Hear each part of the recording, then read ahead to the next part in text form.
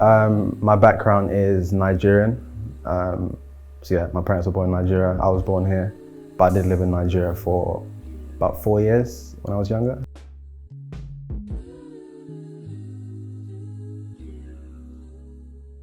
You know, I haven't done much, I guess, Nigerian influence stuff yet.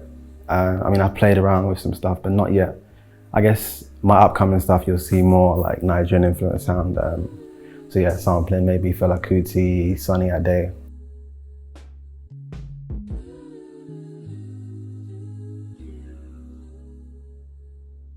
You know, around like 2004 maybe, one of my cousins flew in from Nigeria, and me, him and my brother, we used to just sit down and try and just write the best raps. And then after that, we'll sit in silence, just writing like a whole 16 or 32, and then we spit it to each other and see who's the best one. My brother was like, wow, you're pretty good at this, so I just ran with that, carried on going.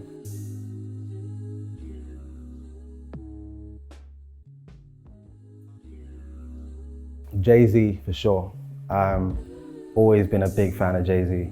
Someone who can make like popular records, but also still maintain that lyricism. I think when I heard Big Pimpin', that song changed my life, I gotta say. Just because the cheeky wordplay, just he's so laid back, the nonchalant vibe, like, yeah, Jay-Z, definitely. Biggie as well. I think I kind of dived into Biggie later on, but my favorite song of all time is Biggie, One More Chance. That blend of R&B and hip hop is everything to me, yeah.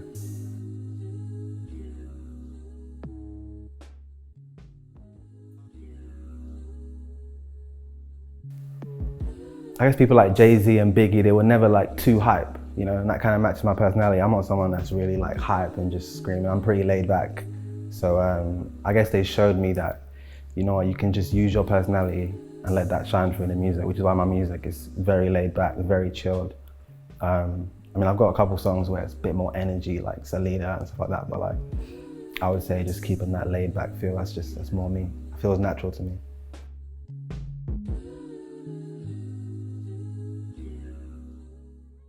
I would say it's like I said before, it's a reflection on personality, so it's very laid back.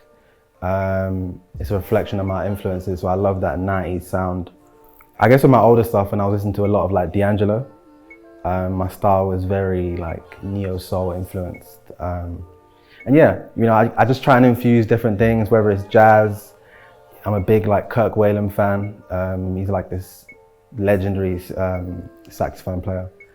So on my older stuff, you would hear a lot of saxophone. Even on like Pork Belly, saxophone, Barry, heavy on the saxophone.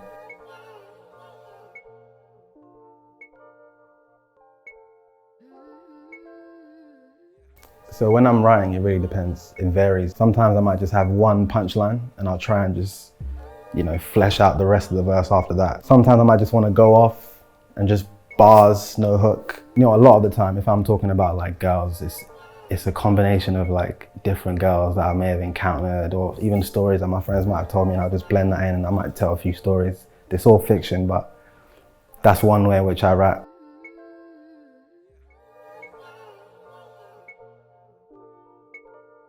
If I could write in one way for the rest of the time, I don't think I could do that because my writing style just varies too much.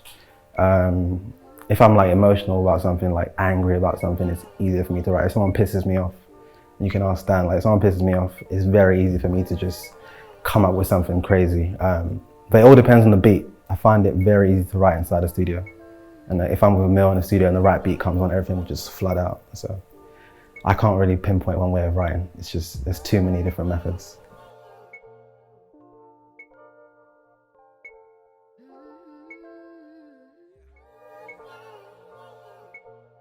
Again, it varies. It really just varies on how I'm feeling.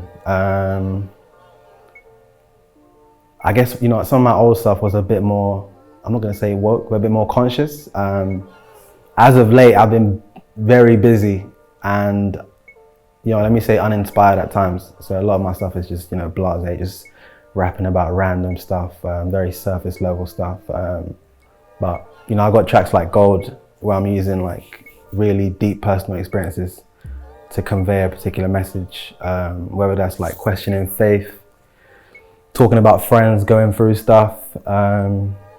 It really just depends. Other times I'm just trying to be like, I'm just trying to say the hardest, the waviest shit and just say the most cheeky line or something like that. So it varies. It really just varies, yeah, on my mood.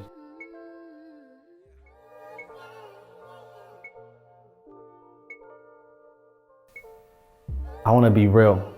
That's the message I want to give off. Just being real, being true to yourself, not being fake, not being too pretentious. Yeah, just being real. And I want people to go back and listen to my work and they'll maybe get an idea of how I was feeling at the time. So if they hear like, you know, Mr. Gatsby, the stuff I released in 2015, they'll know I was, you know, really into my neo soul, you know, conscious, thinking about stuff, a bit unsure about life. Winter's Winter, they'll listen to that and they'll say, okay, this guy was going through some kind of relationship breakdown. If they really break it down from start to finish, they'll be able to see that from like Winter's Winter to the end to Stay, I'm really talking about what I was going through. I guess like maybe last year when I was just going off really, just trying to say the cheekiest stuff like I said before. So when I'm gone, I hope people just remember me as someone that was real and someone that was really able to convey how I was feeling in my music. Oh baby, I'm so wavy, I'm good here. There's no cap in these verses. Content with the content I packed in these verses. These jokers doing crazy shit, it's actually just worthless. Court gestures doing silly gestures like clapping for nurses with no pay rise. And at the same time, my girl just worked a 12-hour night shift with no break time. You know she way tired, you can't dry my babe eyes with silly claps. This is for my real dudes that really rap. I don't rate a lot of rappers, that's why you don't see the features. Beautiful black babe with no European features. Resting bitch face, but she actually nice. Ghanaian chick cooked that jollof with basmati rice. Swollen arse, couldn't scroll past.